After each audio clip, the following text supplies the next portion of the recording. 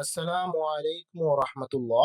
ত্রিপলি Bangla academy YouTube চ্যানেলে আপনাকে স্বাগত। আমরা ফিরে এসেছি ফান্ডামেন্টালস অফ ইলেকট্রিক্যাল টেকনোলজি সিরিজের পরবর্তী টিউটোরিয়াল নিয়ে। ফান্ডামেন্টালস অফ ইলেকট্রিক্যাল টেকনোলজির আজ ১৬তম লেকচার, যেখানে আমরা ভোল্ট মিটার নিয়ে আলোচনা করব। তাহলে চলে যাই মূল ভিডিওতে।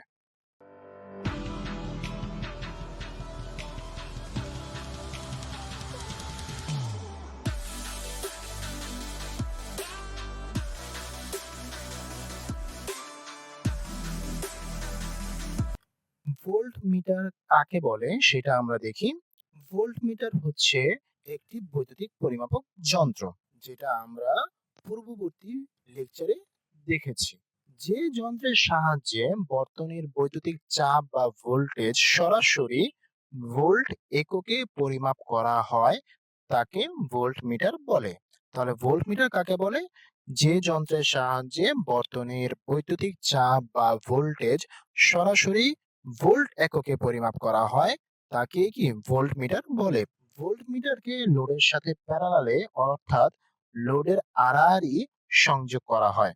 আমরা এর আগের ভিডিওতে দেখেছি যে অ্যামিটারকে লোডের সাথে সিরিজে সংযোগ করা হয়, কিন্তু ভোল্ট মিটার কি লোডের সাথে প্যারালালে বা আড়াআড়িতে সংযোগ করা হয়।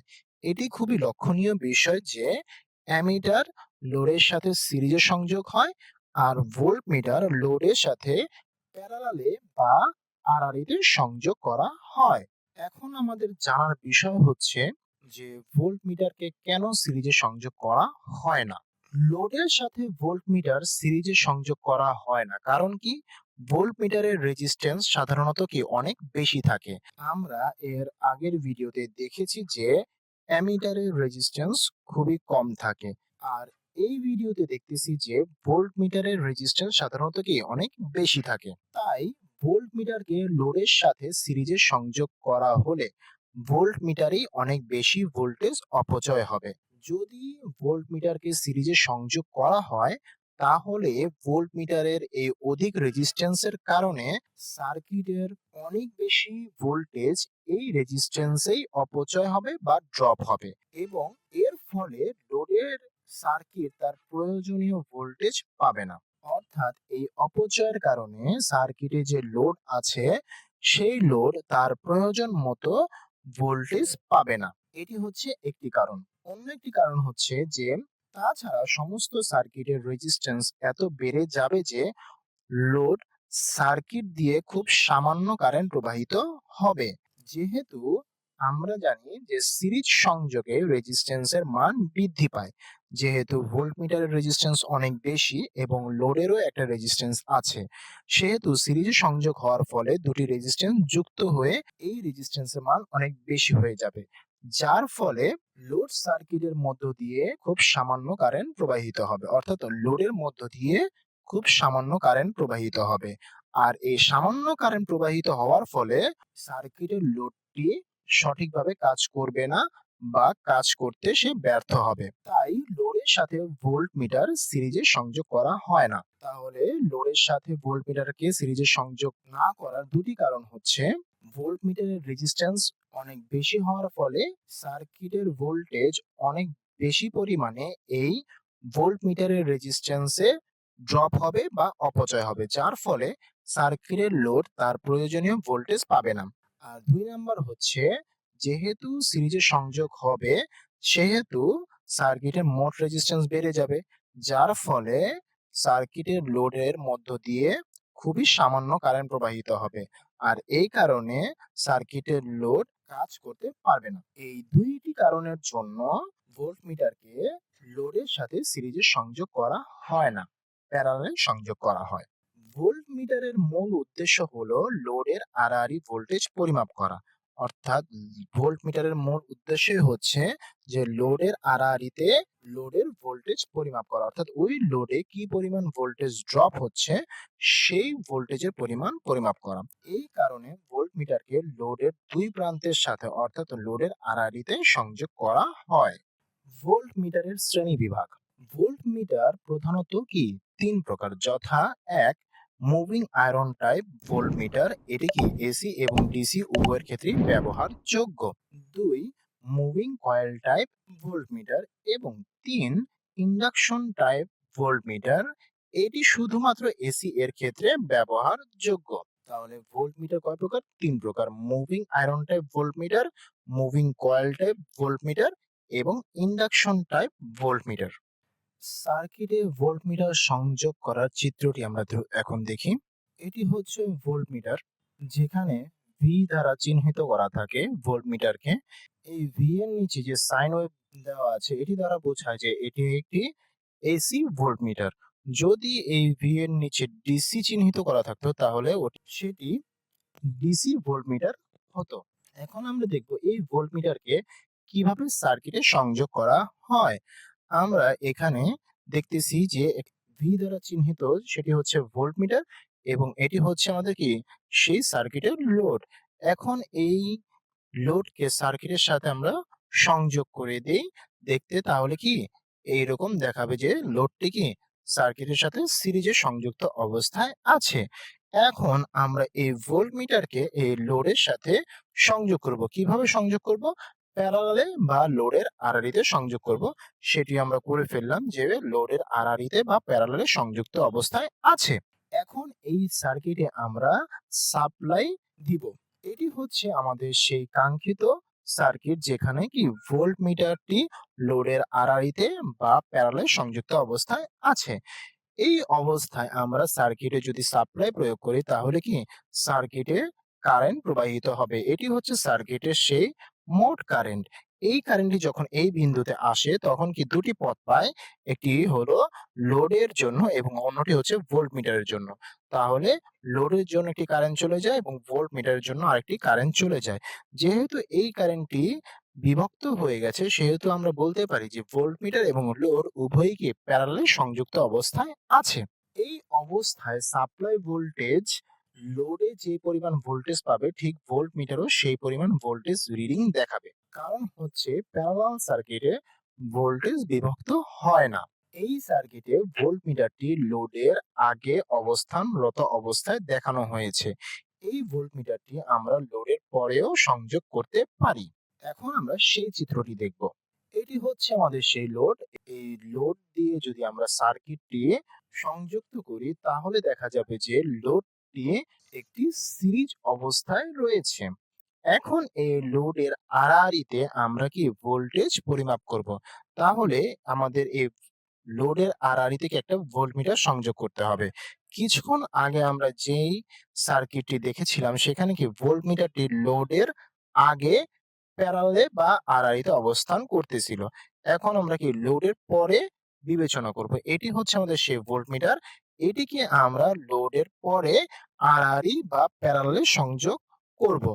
যদি সংযোগ করা হয় তাহলে সার্কিটটি দেখতে এই রকম দেখাবে। এই সাপ্লাই ভোল্টেজটি লোডে যে পরিমাণ ড্রপ করবে ঠিক ভোল্টমিটারও কি সেই পরিমাণই ড্রপ দেখাবে। কারণ কি প্যারালাল সার্কিটে ভোল্টেজ বিভক্ত হয় না। আমরা এই দুই ভাবেই ভোল্টমিটারকে লোডের সাথে সংযোগ করে লোডের ভোল্টেজ ড্রপ পরিমাপ করতে পারি। সার্কিটে ভোল্টমিটার সংযোগ করে কিভাবে পাঠ গ্রহণ করতে হয় সেটা আমরা একটু দেখি। প্রথমেই আমাদের লোডের ভোল্টেজ অনুযায়ী ভোল্টমিটার বাছাই করে নিতে হবে। অর্থাৎ আমাদের লোডের ভোল্টেজ কম না বেশি সে অনুপাতে আমাদের ভোল্টমিটার বাছাই করে নিতে হবে। লক্ষণীয় বিষয় এই যে ভোল্টমিটারের রেঞ্জ অবশ্যই যেন সাপ্লাই ভোল্টেজের চেয়ে বেশি হয়। কারণ কি যদি সাপ্লাই ভোল্টেজের চেয়ে ভোল্টমিটারের রেঞ্জ কম হয় তাহলে কি আমাদের রিডিং বা পাঠ গ্রহণ করতে পারবো না বা পাঠ গ্রহণ করা সম্ভব নয়। কারণ হচ্ছে সাপ্লাই ভোল্টেজের চেয়ে ভোল্টমিটারের রিডিং কম বা রেঞ্জ কম। তাই আমাদের সবসময় খেয়াল রাখতে হবে যেন ভোল্টমিটারের রেঞ্জ অবশ্যই সাপ্লাই ভোল্টেজের চেয়ে বেশি হয়। ভোল্টমিটারকে লোডের সাথে প্যারালালে বা লোডের আড়াআড়িতে সংযোগ করতে হবে, সেটা কিন্তু আমরা প্রথম দিকেই দেখেছি। এটি হচ্ছে আমাদের সেই ভোল্টমিটার। এই মিটারকে কি আমাদের লোডের সাথে প্যারালালে বা আড়াআড়িতে সংযোগ করতে হবে। এরপর ভোল্টমিটারকে লোডের প্যারালালে সংযোগ করতে হবে। লোডের সাথে আমরা প্যারালালে সংযোগ করে দিলাম। এসি ভোল্টমিটারের ক্ষেত্রে পজিটিভ বা নেগেটিভ টার্মিনাল বিবেচনা করতে হয় না। এটা হচ্ছে সেই এসি ভোল্টমিটার।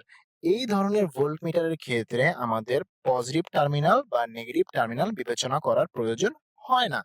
কিন্তু যদি ডিসি ভোল্টমিটার হয় তখন আমাদের কি পজিটিভ ও নেগেটিভ টার্মিনাল দেখে সংযোগ করতে হবে। যদি আমাদের ডিসি ভোল্টমিটার আমরা ব্যবহার করি তখন কিন্তু আমাদের পজিটিভ এবং নেগেটিভ টার্মিনাল দেখে সংযোগ করতে হবে। সাপ্লাইয়ের পজিটিভ তারের সাথে ভোল্টমিটারের পজিটিভ প্রান্ত এবং নেগেটিভ তারের সাথে ভোল্টমিটারের নেগেটিভ প্রান্ত সংযোগ করতে হবে। ডিসি সাপ্লাইয়ের ক্ষেত্রে আমাদের পজিটিভ প্রান্তে শুধুমাত্র পজিটিভ দিকেই প্রবাহিত হয় এবং নেগেটিভ প্রান্তে শুধুমাত্র নেগেটিভ দিকেই প্রবাহিত হয়। সেই ক্ষেত্রে আমাদের ডিসি ভোল্টমিটারের বেলায় পজিটিভ এবং নেগেটিভ টার্মিনাল দেখে সংযোগ করতে হবে। সাপ্লাইয়ের পজিটিভ তারের সাথে ভোল্টমিটারের পজিটিভ প্রান্ত সংযোগ করতে হবে এবং সাপ্লাইয়ের নেগেটিভ তারের সাথে ভোল্টমিটারের নেগেটিভ প্রান্ত সংযোগ করতে হবে। এরপর সুইচের মাধ্যমে লোডে সাপ্লাই দিয়ে মিটারের পাঠ গ্রহণ করতে হবে। আমাদের সংযোগ হয়ে গেলে এরপর আমাদের সুইচকে অন করে দিতে হবে। তারপর আমরা মিটার থেকে পাঠ গ্রহণ করতে পারবো। পাঠ নেওয়ার পূর্বে মিটারের ডায়ালের ছোট ভাগ বা দাগ সংখ্যা দেখে ছোট এক ভাগের মান হিসাব করতে হবে। বলতেছে যে পাঠ নেওয়ার পূর্বে আমাদের কি মিটারের ডায়ালে ছোট ভাগ বা দাগ সংখ্যা দেখে ছোট এক ভাগের মান হিসাব করতে হবে। এইখানে আমরা দেখতেছি যে এই দাগটা আছে কি 100, তার আগে কিন্তু অনেকগুলো ছোট দাগ আছে। এই যে 1টা 2 3 4 এবং 5, তার মানে কি 100-র আগে কি 5টা ঘর আছে। তার মানে এই 100-কে আমাদের এই ছোট 5 দ্বারা ভাগ করলে আমরা প্রতিটি ছোট ছোট ঘরের মান পেয়ে যাব। তার মানে যদি আমি 100-কে 5 দিয়ে ভাগ করি তাহলে 5-20-এ 100, তার মানে 20। তার মানে এই প্রতিটি ছোট ঘরের মান কি 20 ভোল্ট করে আসবে। এটাই এখানে বলছে যে পাঠ নেওয়ার পূর্বে মিটারের ডায়ালের ছোট ভাগ বা দাগ সংখ্যা দেখে ছোট এক ভাগের মান হিসাব করতে হবে। অর্থাৎ এই ছোট এক ঘরের মান আমরা হিসাব করে ফেললাম। মিটারের কাঁটা যত দাগ পর্যন্ত যাবে সেই সংখ্যাকে প্রতিটি দাগের মান দ্বারা গুণ করলে লোডের ভোল্টেজ পাওয়া যাবে। এই মিটারের কাঁটা, এই যে লাল যে কাঁটাটা আছে, এই কাঁটাটা যত ঘর পর্যন্ত যাবে ওই ঘরকে আমরা কি সেই 20 দ্বারা কি গুণ করলেই আমরা টোটাল ভোল্টেজ পেয়ে যাব। কারণ কি প্রতিটি ছোট ঘরের মান আমরা কি পেলাম 20 পেয়েছি। এইটা এক এক মিটারের ক্ষেত্রে এক এক রকম হয়ে থাকে। তাই আমাদের মান দেখে, মানে বড় যে দাগটা থাকে সেই দাগের মান দেখে এই ছোট দাগগুলো দ্বারা ওই বড় মানকে ভাগ করলে প্রতিটি ছোট দাগের মান আমরা পেয়ে যাব। এরপরে মিটারের কাঁটা যতদূর পর্যন্ত যাবে ওই ঘরকে আমরা কি উক্ত সংখ্যা দ্বারা বা উক্ত দাগের সংখ্যা দ্বারা গুণ করলেই আমাদের মোট মান পেয়ে যাব। সেটাই এখানে বলতেছে যে মিটারের কাঁটা যতদূর পর্যন্ত যাবে সেই সংখ্যাকে প্রতি দাগের মান দ্বারা, অর্থাৎ প্রতিটি যে ছোট দাগের আমরা মান পাইছি এখানে 20, সেই মান দ্বারা গুণ করলে লোডের ভোল্টেজ পাওয়া যাবে। ছোট এক ভাগের মান হিসাব করার জন্য মিটারের রেঞ্জকে মোট দাগ বা ভাগ সংখ্যা দ্বারা ভাগ করতে হয়। এই যে ছোট দাগগুলোর মান আমরা পাওয়ার সময় কি করছিলাম? এই বড় মানকে এই কতগুলো ঘর আছে সেটা দিয়ে কি ভাগ করে এই ছোট ঘরের মানগুলো আমরা বের করছিলাম। সেটাই এখানে বলছে। তো এইভাবেই আমাদের কি লোডের আড়াআড়িতে ভোল্টমিটার সংযোগ করে আমাদের লোডের ভোল্টেজ ড্রপ নির্ণয় করতে হয়। Thanks for watching. ভিডিওটি যদি ভালো লেগে থাকে তাহলে লাইক দিন, কমেন্ট করুন এবং বন্ধুদের সঙ্গে শেয়ার করুন।